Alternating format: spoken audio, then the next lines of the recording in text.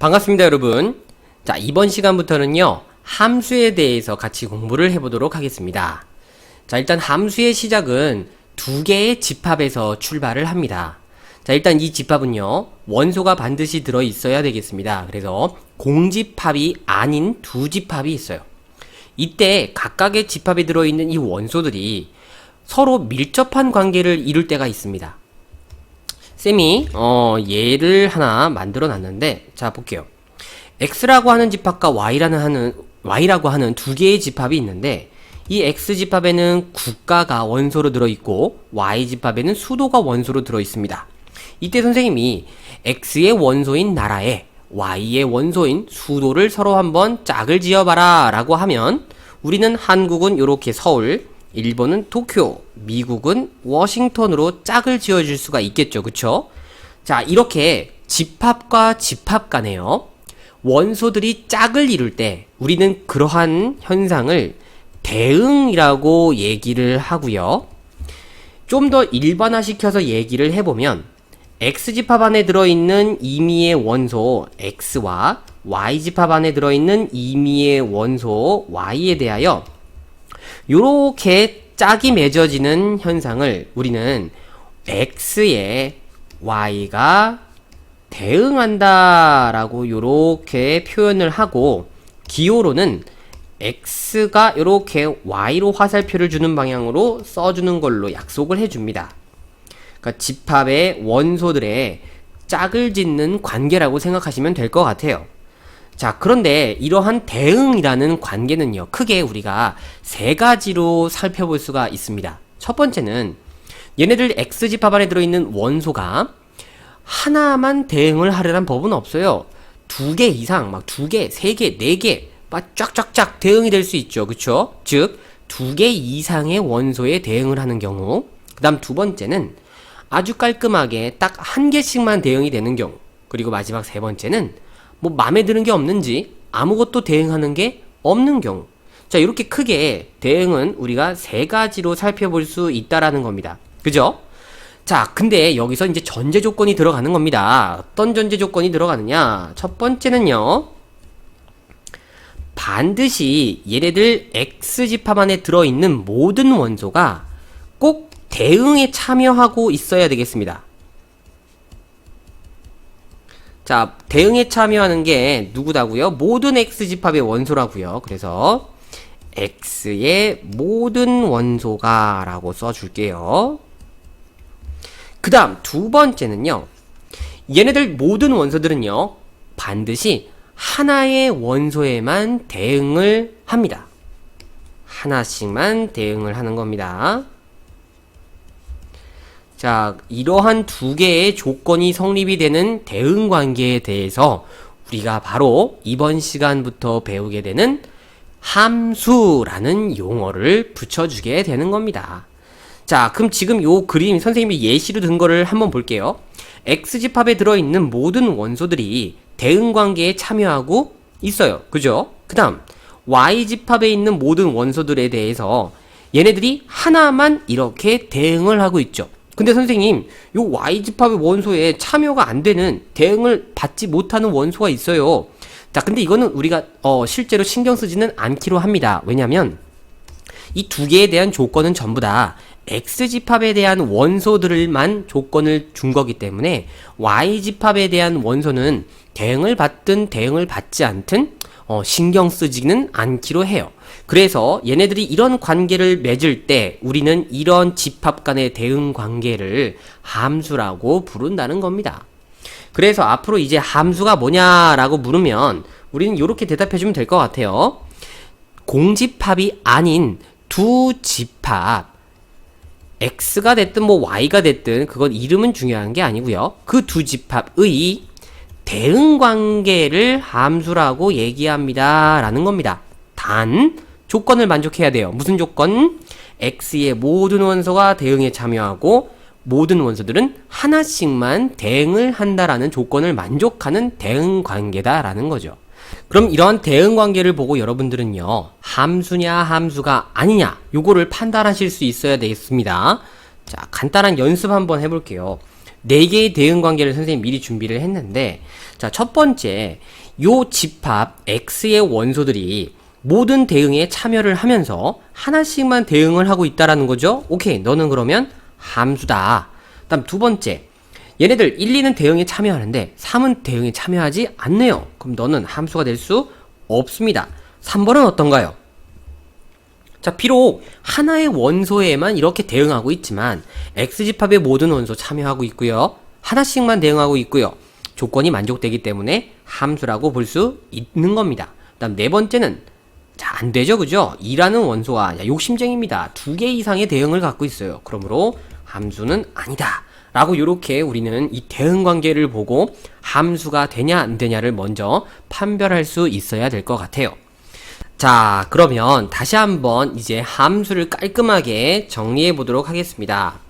X집합에서 Y집합의 원소들이 이렇게 대응을 할 때 우리가 얘네들 이 함수를 이름을 좀 써줄 건데, 보통 함수가 영어로 function이거든요. 그래서 function의 f를 따서 이렇게 이름을 써줍니다. 그러면 함수 f에 대한 대응 관계가 x가 이렇게 y로 대응을 할 때 우리는 f 함수는 x에서 y로의 대응 관계를 보인다라고 기호로 이렇게 써주고요.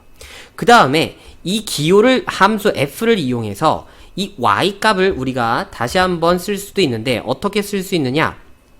f 함수에서 x라는 원소가 대응하는 값이다 라고 x의 함수값이라는 의미로 이렇게 써주기도 합니다. 즉 y가 이제 뭐가 된다는 겁니까? fx가 된다는 거예요. 그러면 이때 얘네들 이런 관계를 이루고 있는 대상들의 이름이 있는데요. 첫 번째, 요 X집합 있죠? 자, 이 X집합을 우리가 뭐라고 하냐면 정의역이라고 얘기를 합니다. 그 다음에 두 번째, 얘네들 Y집합 있죠? 요 친구들, 이 Y집합을 공역이라고 얘기를 해줍니다. 그리고 얘네들 실제로 대응을 받고 있는 fx 값 있죠? 이 fx들로만 이루어진 집합을 우리가 치역이라고 얘기를 합니다. 자, 여기서 공역과 치역이 같은 거 아니냐라고 생각하시는 분들이 있는데, 자, 공역과 치역은 충분히 다를 수가 있어요. 예를 들어 x집합의 원소가 1, 2, 3이고요.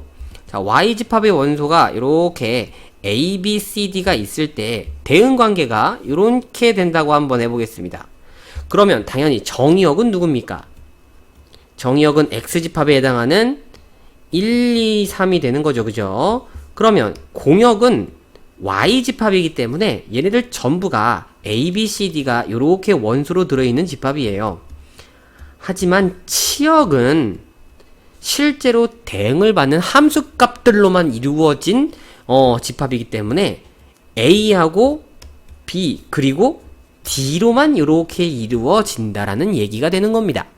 자, 이렇게 이 치역과 공역의 차이점을 구분하실 수 있겠죠. 그러면 이 치역이라는 건 공역 안에서만 이루어질 수 있는 집합이기 때문에 반드시 이 포함관계가 또, 이 치역은 공역의 무슨 집합이구나, 부분 집합이구나 라는 포함 관계는 이제 서비스로 또 우리가 알 수 있게 되는 거겠죠. 자, 이렇게 해서 우리는 이제 정확하게 함수라는 개념 그리고 용어까지도 함께 살펴봤어요. 자, 이제 특수한 상황에 대한 함수의 표현인데, 예를 들어서요, 자, 함수가 두 개가 있습니다. 하나는 f라는 함수고요, 하나는 g라는 함수가 있다고 쳐볼게요. 근데 이 f하고 g 함수가 뭐 대응 관계가 어쩌다 보니 첫 번째, 자, 정의역과 공역이 같고,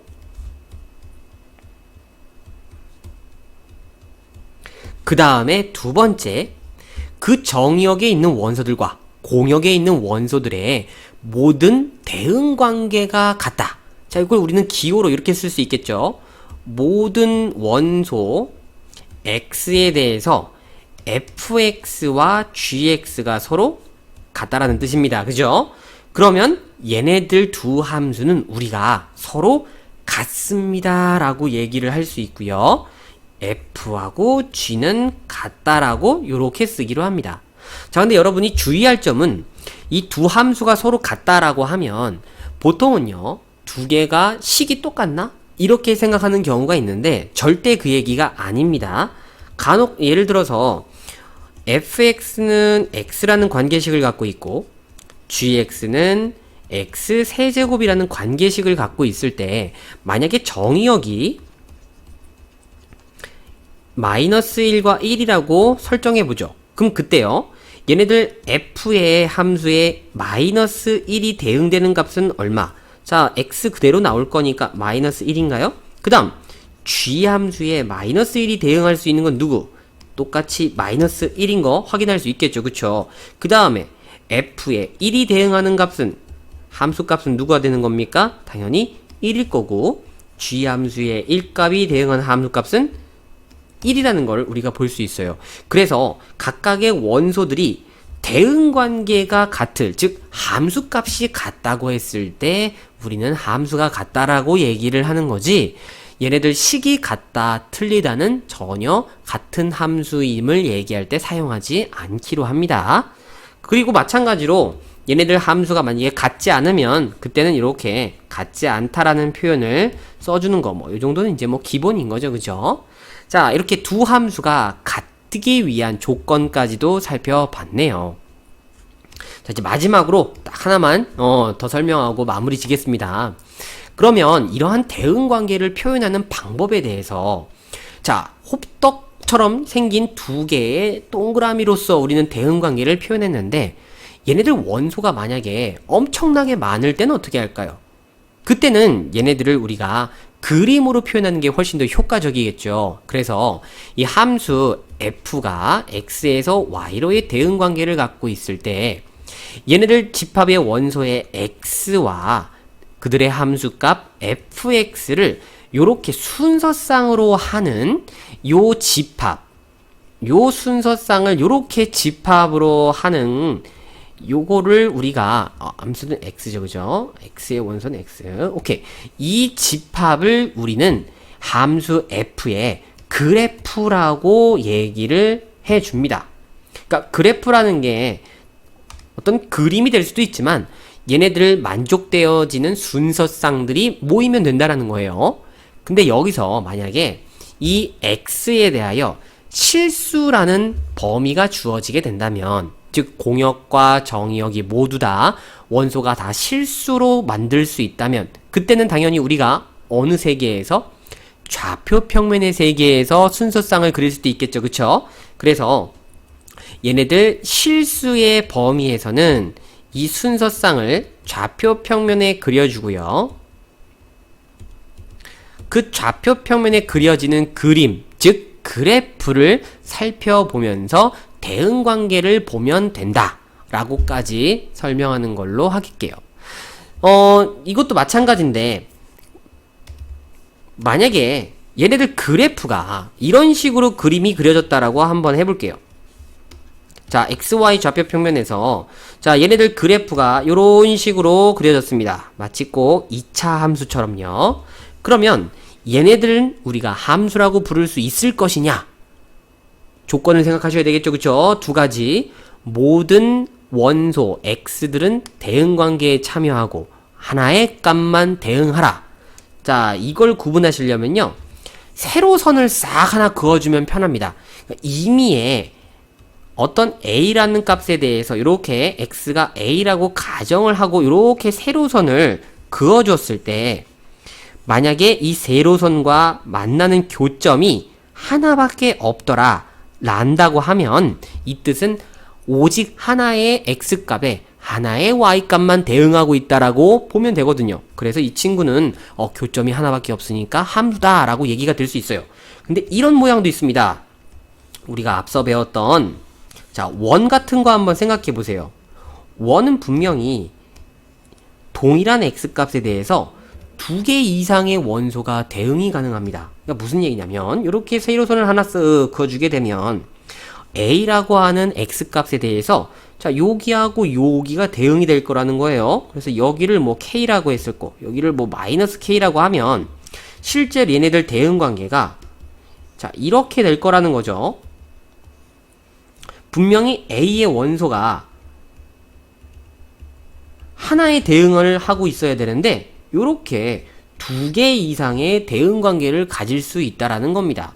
그러므로 이런 그림은 절대함수가 아니다 라고 여러분들이 얘도 구분하실 수 있어야 될 것 같아요. 자, 요렇게 해서 이제 우리는 함수에 대해서 얘기를 해봤고요.